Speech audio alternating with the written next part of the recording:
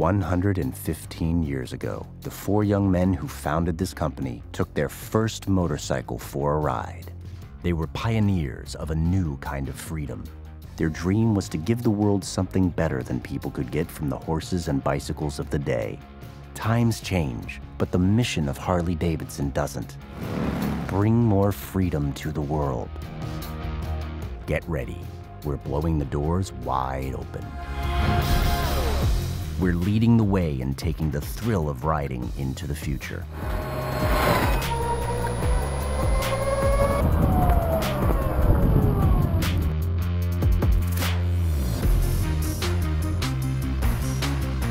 We're exploring our routes to invent what's next. And we're creating more new products that are easier to ride than a bicycle. Just twist the throttle and go. We are riders. We don't sit still and watch the world go by. We take off on new adventures and head for new places.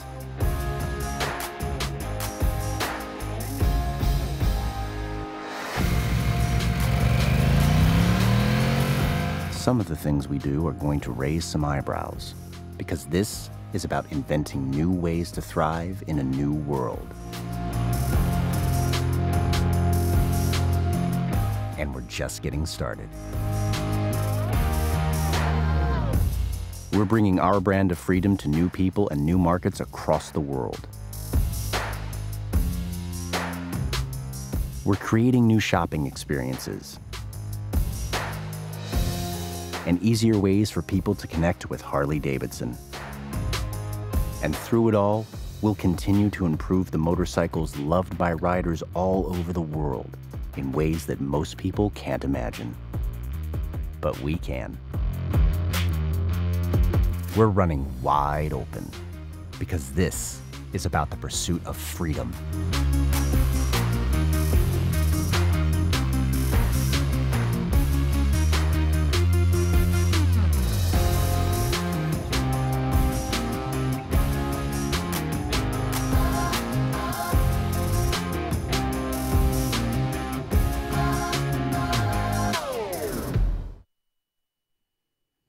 You can clap, it's okay. Have we got any riders in the room? All right, well done. The rest of you, take note. We sell motorcycles. Good morning, everyone. I'm Matt Levitich, President and CEO of Harley-Davidson. I want to thank y'all for being here, and I also would like to thank the board and the executive committee of the Council on Competitiveness for inviting me here to share some of my thoughts and perspectives on competing in today's global economy. So this morning, I plan to share with you what I believe to be some of Harley-Davidson's biggest opportunities, and I'll also share some of the challenges we face as a global brand and as a global company, a company that is distinctly and proudly American. I'll focus my remarks on three things that I think are necessary and important for competitiveness in the global marketplace. Number one, a commitment to daily innovation, the curiosity that is the genesis of know-how and how this must be at the forefront in every enterprise. Number two, a much-needed mindset shift in our country whereby society truly honors all work, all workers at all levels. Number three, continued progress on free and fair trade around the world, policies that level the playing field so the worthy can flourish and thrive, be rewarded for all they bring. Before I dive into each, I'd like to say that global competitiveness is a topic that's received a lot of attention this past year, particularly for Harley-Davidson. However, let me begin with being a competitive global business is a topic that is not new for Harley-Davidson. The company has been a global business since the very beginning in the early 1900s. One of the things I love is the history of the company for how it informs our future. And here's something I find interesting and remarkable. Harley-Davidson began in 1903. Our first export was to Japan in 1912. And only 5 years later, in 1917, the company had established more than 2,000 dealerships in 67 countries. So that's impressive global expansion, particularly during a time when traveling the world often meant your journey was by steamship.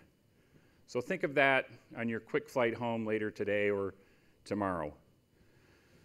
Way back then, and still today, we believe global markets are important because of our long-standing and clear purpose. Harley-Davidson delivers personal freedom. And what does that really mean?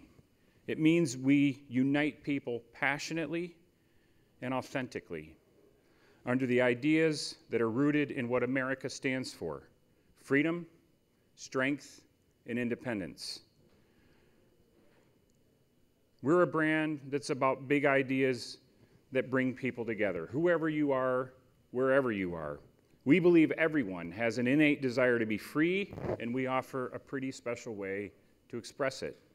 Global business for Harley-Davidson starts with the idea that we don't simply think people of the world want our motorcycles, they deserve them.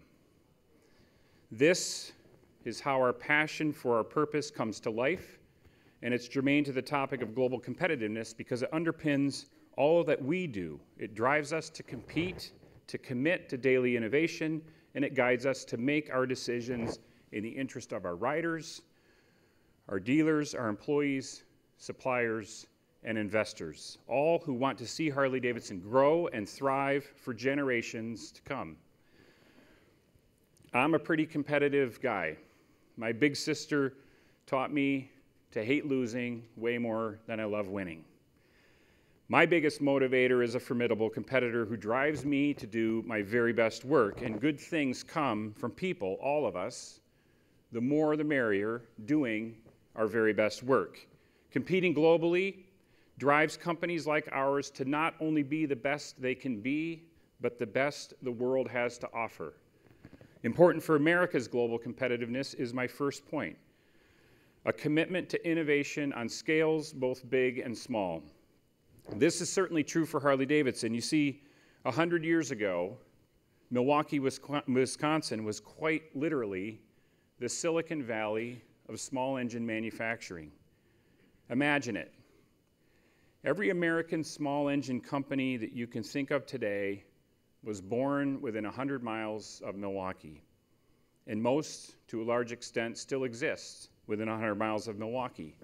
Evinrude, Johnson, Briggs & Stratton, Mercury Marine, Kohler, Tecumseh, and Harley-Davidson, to name a few. Sharing ideas, spawning competitors, stimulating suppliers to raise the game, building industry-level know-how, an entire society and ecosystem of people and skills growing in one place to do a certain set of things better than the rest. People with skills and passion, challenging the status quo, challenging themselves and all involved every day in a race to be the best and beat the best everywhere. It wasn't big bang ideas that made them great. It was simply know-how, a magnitude of small things catalyzed from unquenchable curiosity and drive. Practicing the art. Daily innovation on a million small things that made it happen. Quite similar, in fact, to exactly what happened and is happening still today in Silicon Valley. I love this thought, and I love the fact that we are still today able to source nearly all of our powertrain components from within 200 miles of Milwaukee.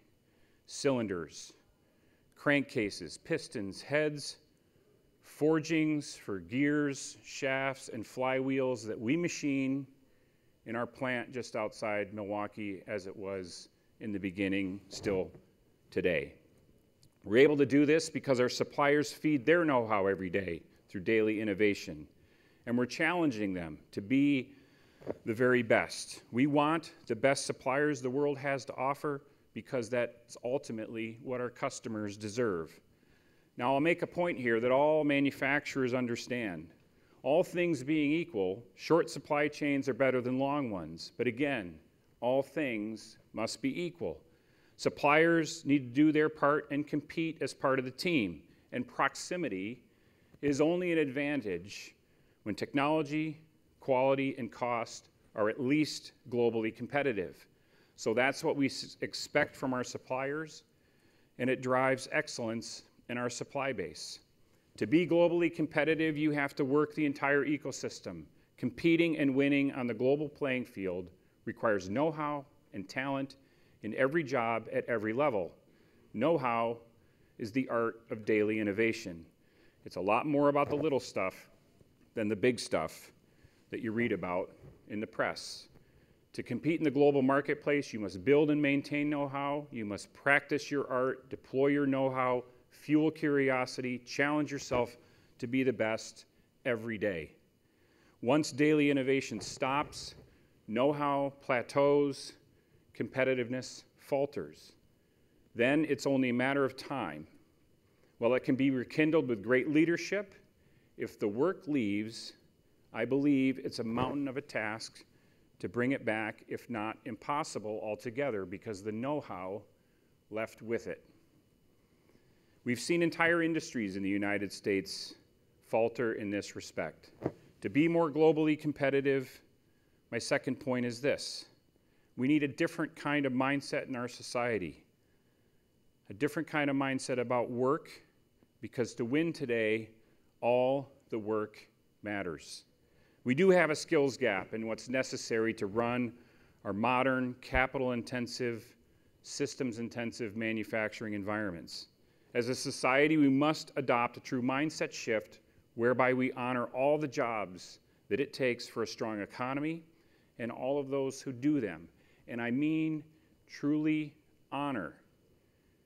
Not everyone's wired to go to college, nor should they, and no parent should ever feel anything other than bursting pride when their son or daughter's path leads them into manufacturing or skilled or unskilled trades. We have at Harley-Davidson jobs that pay a good, consistent living wage at a place where there's passion and purpose to what we do. And yet, we still need to encourage our young people in how they can contribute, bring value, that all work is great work. This is a passion of mine, and our society's current mindset is a barrier to our national strength.